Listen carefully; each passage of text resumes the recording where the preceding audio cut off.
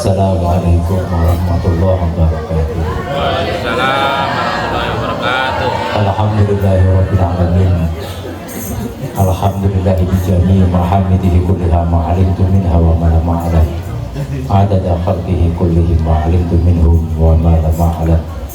Ya musabbibal asbab wa ya muhtil ahwab wa ya sami'al aswat wa ya mujibat da'wat wa ya qadil hajat. Allahumma salli wa sallim ala sayyidina Muhammadin wa ala alihi wa sahbihi an-nujaba'il bararatil kiram. Rabbi shrah li sadri wa yassir li amri wahlul 'uqdatam min lisani yafqahu qawli. Allahumma nawwir qulubana kama nawwartal arda bi nuri syamsika abadan abadan wa ba'd. Hadratil mukarramin wal muhtaramin, al-ulama wal habaib wal masyayikh wal asatiz wal asatizah, khususnya para sesepuh qori kita Ustaz Asep Maulana. Anak keberapa?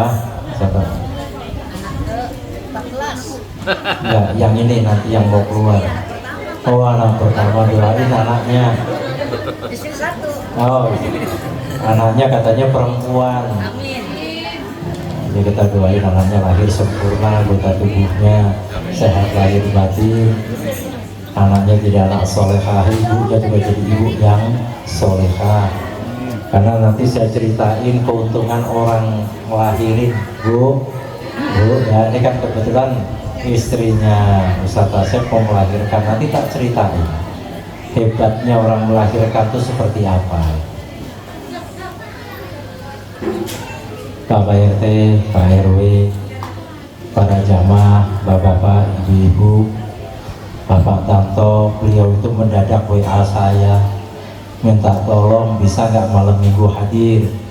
Saya itu aslinya bukan penceramah, saya itu guru ngaji, jadi malam ini kita ngaji ya.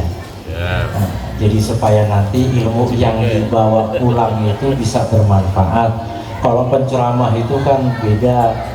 Kalau saya ini ya pokoknya ya tadi itu mauidhah hasanah, mauidhah nasihat hasanah yang bagus.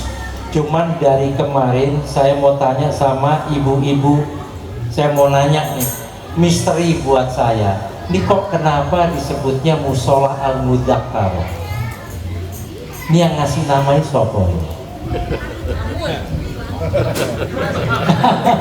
Enggak, masalahnya begini. Saya dari kemarin tuh ngebaca. Ini sebenarnya mau dibikin kalau dalam istilah nahwu shoroh, ini mau dibikin naat man'ut apa mudhof ilaih. Karena begini, kalau dibikin naat man'ut yang rugi bapak-bapak. Jadi gini, kalau sifatnya itu yang disifati itu laki, maka sifatnya laki. Jadi kalau ini laki, kan kita mau mensifati laki, kan nggak mungkin mensifati laki pakai sifat perempuan. Contoh, misalnya Tanto, Pak Tanto jamilun, Bapak Tanto cakep. Amin. Nah, yo.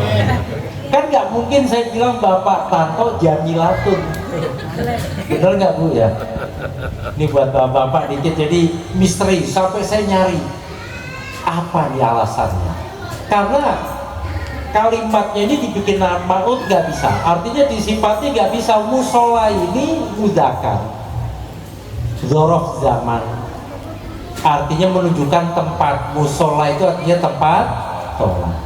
Mudzakkaro itu bisa mudzakkarotun, bisa mudzakkarun. Mudzakkarun itu bisa isim maf'ul yang artinya perlu diingat, atau bisa mudzakkarun tempat yang bisa diingat. Tapi kalau sudah kalimatnya mudzakarotun, ini cenderung Lah sebenarnya musola ini punya laki atau perempuan? Nah kalau dua-duanya, maka jadinya musolal mudakar, bukan mudak. Nah ceritanya tuh gimana? Coba saya mau tanya dulu ya. Gimana Bu? Saya jujur semenjak dikirim oleh Pak Tanto itu saya bingung. Karena begini, nama itu pengaruh. Nama itu ini bagus, kalimat mudzakkar ini bagus. Dari kalimat dzakkara yudzakiru tadhkiron ini luar biasa. Kalau dalam ilmu nahwu itu namanya sulasi mazid, 3 huruf, sulasi 3 ditambahin tasdid, sulasi mazid. Ini cakep ini namanya. Saya sampai bilang ini jangan-jangan yang ngasih nama ini orang ngerti kaidah bahasa Arab ini. Sampai sebegitunya.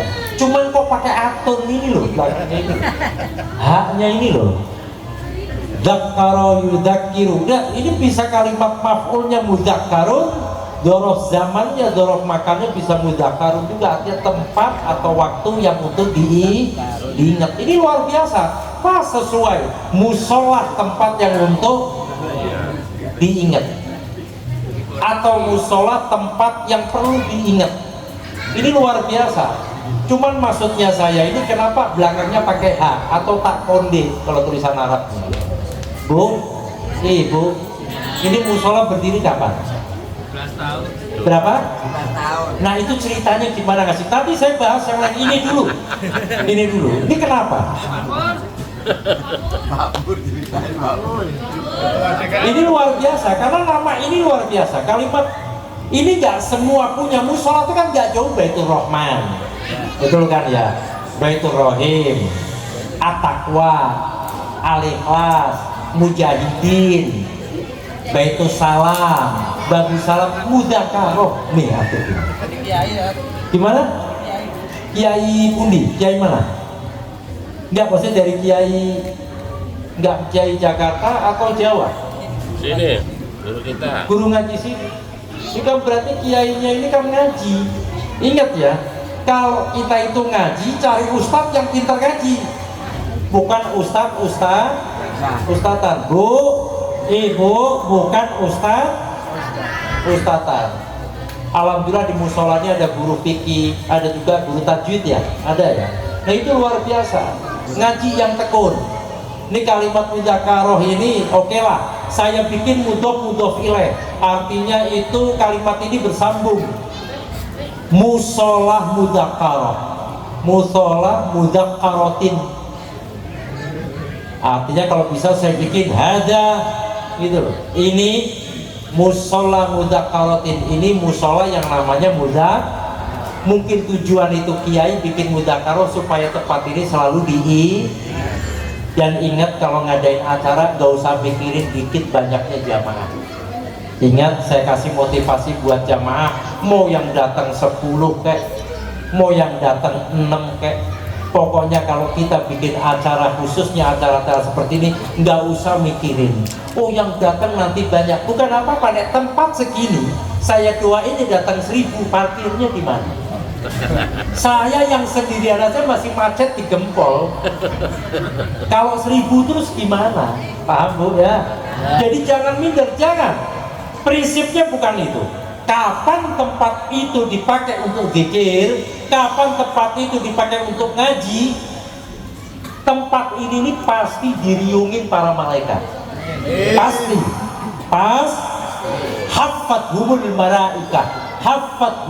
malaika. Ini kita yang lagi di sini ini lagi dikeredongi sama malaikat. Itu hadis sahih yang ngomong manusia yang seumur hidupnya nggak pernah bohong. Jadi jenengan ini ada yang tidur, ini dilihatin malaikat, oh bobo. Dilihatin sama malaikat. Belum malaikat kumpul senang. Lah lalu bagaimana Buya? Jadi ada yang manggil saya Ustadz, ada yang manggil saya Buya, ada yang manggil saya Pak Kaji, ada yang manggil saya Kiai, wis bebas, jangan dipanggil setan. Lalu apa keuntungannya? Nah ini kumpul. Ini kan kumpul ini jenisnya macam-macam. Ada yang udah setengah hati, kita bulu udah dimakan belum ini? Karena kalau udah semakin malam takutnya angetnya kurang. Tapi masih hangat tuh Bu ya. Saya dibungkus. Karena istri saya kan harus makan. Nah kebetulan anak saya ini baru nikah. Jadi saya masih muda. Anak saya 26, saya 23. Kebalik. Jadi saya ini masih muda tapi udah punya mantu. Ini anak pertama, yang kedua di India, yang ketiga hafal Quran di UIN dapat beasiswa, yang keempat si gendut perempuan paling cantik. Lah Pak Tanto ini yang tahu sejarah saya karena beliau ngaji itu dari zaman yang pertama ini anak saya masih bayi. Beliau sudah jauh-jauh dari kampung datang ke Jakarta. Saya tahu banget hidupnya beliau dulu seperti apa. Pernah jadi tukang batu di pinggir kali, pernah jadi kenek angkot di Bogor. Beliau itu datang ke saya langsung yang menyerahkan orang tuanya. Buya tolong titip anak saya. Dan saya nggak banyak pesen sama beliau. Saya bilang Pak Tanto, sampai ngaji nek wis dadi kiai wis ora bakal nggak bisa. Ini saya pakai bahasa Jawa ngerti nggak? Ya udah tak campur-campur. Kamu itu kalau mau jadi kiai udah nggak keburu. Udah kamu nggak usah mikirin cita-cita jadi kiai. Prinsipnya pesannya Nabi, khairun nasi anfa'uhum linnas. Bagus-bagusnya manusia bisa bermanfaat buat orang lain. Sekalipun kamu bisanya cuma ini, buat dirimu bermanfaat buat orang lain. Alhamdulillah berjalannya waktu beliau bisa buka pengajian anak-anak di Solo sana, di Wonogiri, di sini juga bisa. Saya seneng ini, orang itu terkadang bisa masuk surga bukan karena sholatnya. Orang itu bisa masuk surga bukan karena ibadahnya, tapi karena dirinya itu bermanfaat buat orang lain. Sehingga ketika beliau wafat, dia meninggalkan kesan baik kepada banyak orang, sehingga orang berdoain. Kayak ibu-ibu hari ini manfaatnya luar biasa. Menunya apa Bu? Kebuli. Apalagi kebuli doang, nggak ada ayam, daging. Dia sebutin tuh. Nanti saya milih. Sapi. Kambingnya disemur, rendang, apa cuma digoreng? Hah? Tak goreng? Tuh kan ini aja beda ribut ini kambingnya. Yowes pokoknya saya dibungkusin sesuai ya. Semuanya saya doyan. Nah tapi apa yang dilakukan oleh ibu ini, khairun nasi anfa'uhum linnas. Ini bermanfaat buat banyak orang ini. Jangan dikira masak begini ini pahalanya nggak luar biasa. Yang datang hari ini yang ngomong bukan saya ya, ini hadis. Yang datang hari ini, padahal dia itu nggak paham. Bahkan tadi ketika Ustadz Asep baca Quran, mungkin dia nggak ngeh surat apa. Taunya cuma Allah, Allah. Ternyata tiba-tiba malaikat berangkat, nemuin Gusti Allah. Ya Allah, kenapa? Di acara maulid musola al-mudzakarah ada jamaah yang tidur, terus ada jamaah yang datang bukan mau maulid karena memang kebulinya enak. Ya. Terus kenapa hai malaikat, ini jamaah yang begini perlu nggak dikasih rahmat engkau ya Allah? Bukan apa-apa, datangnya kebuli. Saya ini belum ngopi loh. Kopinya kopi apa ya? Kopi ya, pokoknya semuanya itu ya. Pokoknya kalau urusan makan, asal jangan pete sama jeng, asal jangan bebek. Ilmu saya habis. Ya. Kenapa kok Buya nggak doyan bebek ini? Dulu waktu di Mesir, waktu saya kuliah di Al Azhar, itu kebetulan saya punya tuan rumah. Jadi kita ini ngekos, istilahnya ngontrak. Tuan rumah saya masak bebek buat kita buka puasa, diturunin. Ya Allah, ambisnya luar biasa bebek. Mau dicela tuan rumah, kalau kita celah diusir karena kita ngontrak. Mas semenjak itu saya kalau ngeliat bebek pikirannya tapi murid-murid saya bilang, oh nasi bebek enak, bisa lagi seorang sama ayam-ayam. Masih ada lanjut tadi kemana tadi sebelum bebek? Rohmat, oh kambing. Kopi, emping. kerupuk biasa, semua termasuk ini snack-snack yang sisa nanti bawain. Kok Ustadz tukang makan? Lu mau tahu, jangan dikira makan itu hal yang kecil. Allah Ta'ala tuh mensifati zatnya dengan hal yang kecil untuk membedakan bahwa itu Allah dan itu manusia. Cuman pakai apa? Makan sama minum. Hal kecil bukan? Kecil. Makan minum hal kecil. Tapi Allah bilang, gua nggak makan nggak minum, lu makan sama minum tuh. Cuman bedain mana Allah mana bukan. Ngerti? Jadi makan minum itu termasuk menciri kalau kita ini makhluk. Jadi bukan hal yang ringan, makanya saya minta dikukusin buat menunjukin kalau saya ini apa? Makhluk. Nek saya nggak makan nggak minum lagi sopoy. Makanya kalau ngelawan saya sulit, karena saya belajar ilmu mantik juga ya. Tak upeng tak putar-putar. Bu, lanjut.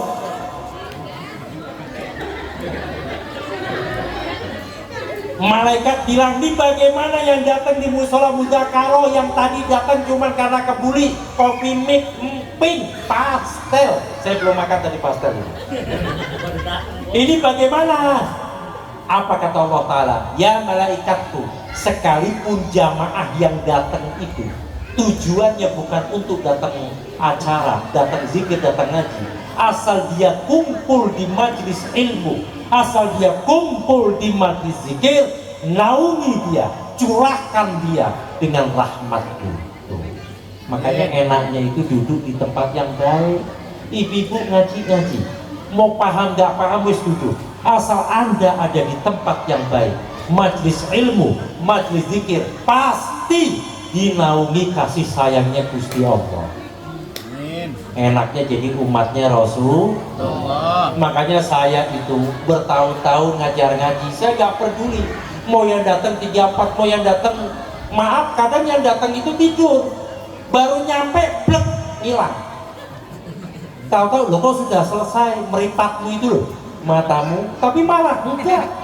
Kenapa? Yang penting mau duduk di majlis ilmu. Makanya tolong di musola diramein, udah duduk dengerin. Mau itu guru, jangan bilang guru itu enak gak enak, karena bukan makanan. Kita gak punya hak untuk menilai seorang guru karena kapasitas ilmu kita belum cukup. Yang penting tuh guru ngajarinnya bener, dengerin. Jangan dibanding-bandingin guru yang ini nih sama guru orang nakanya ngomong. Oh guru begitu-begitu, udah duduk ngaji. Paham nggak paham ngaji. Saya dari dulu juga begitu. Saya ditugaskan oleh orang tua saya dulu.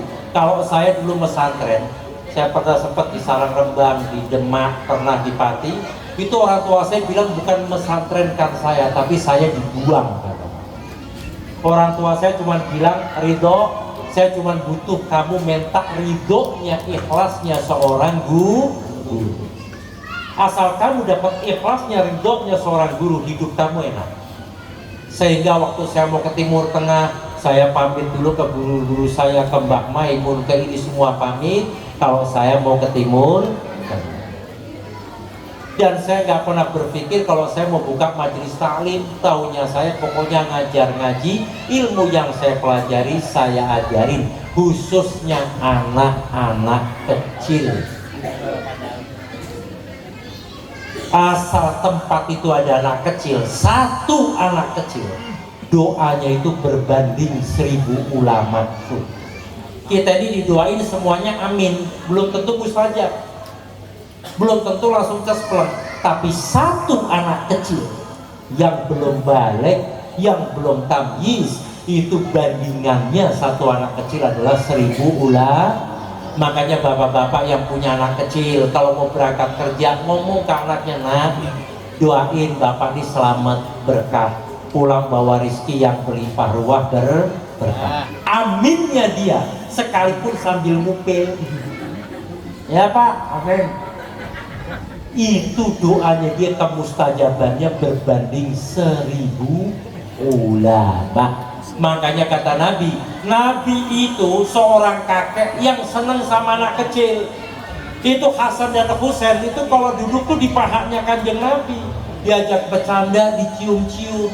Sehingga sahabat bertanya, ya Rasulullah, kau seorang Rasul, kau sampai anak kecil, kau sampai begitu dicium-cium di alam.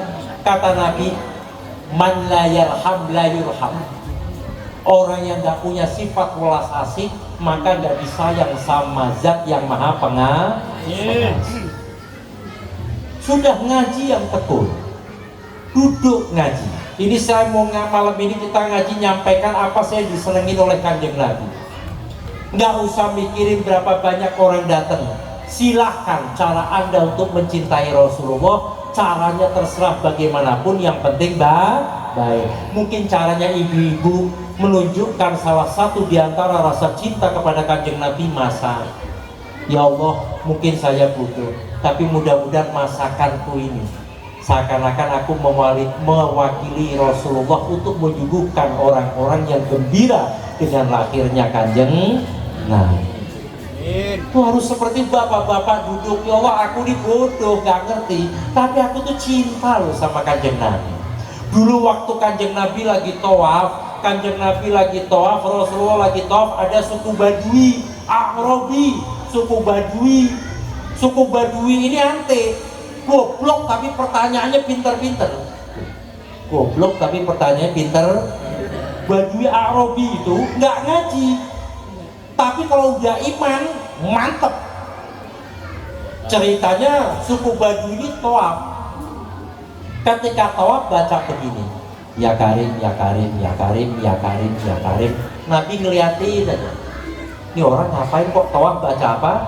Ya Karim, ya Karim. Itu terus. Nabi akhirnya Rasulullah diikutin, ya Karim, ya Karim, ya Karim. Si suku Badui nengok, Kisopo ini. Dia diam, suku Badui. Rasulullah juga diam.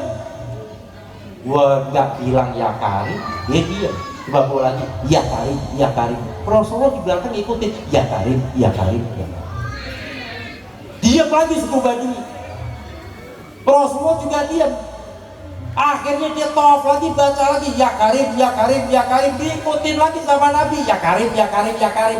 Malah Badui balik, lu gua baca ya Karim, lu ngikutin ya Karim. Gua diam, lu diam. Gua baca ya Karim, lu ngikutin. Gua diam, lu diam. Lu ngejek gua apa lu? Digituin Nabi Muhammad. Gua aduin Muhammad. Itu suku Badui. Gua aduin Nabi Muhammad, bingung loh. Dia bilang Muhammad, dibilang, emang kamu pernah ketemu Nabi Muhammad? Belum pernah. Tapi gue yakin, nih dia belum pernah ketemu Rasul. Tapi gue yakin Nabi Muhammad itu orang benar. Muhammad benar-benar Nabi. Muhammad benar-benar Rasulullah. Gue dapat infonya begitu, makanya gue masuk Islam. Giliran lu gue baca ya Karim, ngikut-ngikut, gue aduin lu sama Muhammad. Nabi Muhammad bilang begini, Bang, nyong, saya ini Muhammad. Yang bener? Iya, saya ini Muhammad. Masa benar? Dicium kakinya lagi, kata Nabi, Bang, jadi gak enak saya. Malaikat Jibril turun, ya Muhammad, katakan kepada suku Badui, ingat kebaikan dia dihitung oleh Allah, dosa dia juga dihitung oleh Allah. Nabi Muhammad bilang, hai suku Badui, tadi malaikat Jibril turun nyampein, ente berbuat baik dia dihitung sama Allah, ente berbuat buruk dihitung sama Allah. Tahu suku Badui ngomong apa? Nggak bisa. Kalau Allah ngitung-ngitung kebaikannya, kalau Allah ngitung-ngitung kebaikan gua, kalau Allah ngitung-ngitung keburukan gua hitung-hitung Allah. Allah kita nggak mau dihitung-hitung juga. Nah Nabi kan nggak ada gini mumet. Nggak tahu di Mudzakarah ada nggak yang begitu itu. Tapi Nabi lo seneng. Jadi banyak ngeyel, tapi ilmunya justru kalau tuh Badui nggak ngeyel, nggak muncul ilmu. Jadi terkadang ilmu itu lahir dari orang koplak. Ingat, jadi belum tentu ilmu itu bermanfaat buat kita muncul dari orang baik. Bisa jadi ilmu itu terkadang muncul dari orang-orang koplak. Loh, kamu mau hitung-hitung Gusti Allah, mau dihitung apanya? Begini ya Rasulullah, kalau Allah ngitung kebaikan saya, gimana Allah mau ngitung sifat kasih sayangnya? Pada sifat kasih sayangnya Allah nggak bisa dihitung. Kalau Allah mau ngitung keburukan saya, berapa besar ampunan Allah kepada hambanya, dan itu nggak bisa dihitung. Kata Nabi, benar juga itu, artinya benar. Jibril turun lagi nyampaikan, ya Muhammad, bilang waktu suku Badui dia masuk surga bersama engkau, masuk surga bersama Kanjeng. Jadi walaupun kita koplak, jangan minder, tetap ngaji. Terkadang justru orang koplak itu yang menjadikan munculnya ilmu. Saya mau tanya, ada maulid di Hong Kong, di Singapura, di Thailand, yang bawa siapa? Kiai, PKI, atau kadang orang koplak. Coba, sejak kiainya dibawa ke Hong Kong, sampai akhirnya di Hong Kong ada bacaan maulid. Di Hong Kong yang seperti itu masih ada bacaan yang ibu-ibu baca, Tala'al badru alaina min thaniyatil wada. Kedengeran sampai kemana? Ke Hong Kong. Bahkan gusturnya di Indonesia, kalimat tibanya ada di Thailand. Ya Rasulullah, bukan, ya Rasulullah, salamun alaik, ya Rafi'a sya'ni wa daraji, anfatayadi ratal alamin, ya uhailal judi wa karami, ya uhailal judi wa karami. Itu mungkin rahmat Allah, itulah Islam luar biasa. Umatnya Nabi, mau yang serius, mau yang koplak, mau yang gimana, yang penting ingat, jangan lepas cinta sama Kanjeng. Kenapa Nabi yang bilang yuhsyarul mar'u ma'aman ahabba, orang itu nanti dikumpulin bersama orang yang dia cintai. Hari ini acara maulid tunjukin, ya Allah Gusti, kami gak bermewah-mewah, sederhana, tapi ini salah satu di antara kami menunjukkan rasa cinta kami kepada Rasulullah.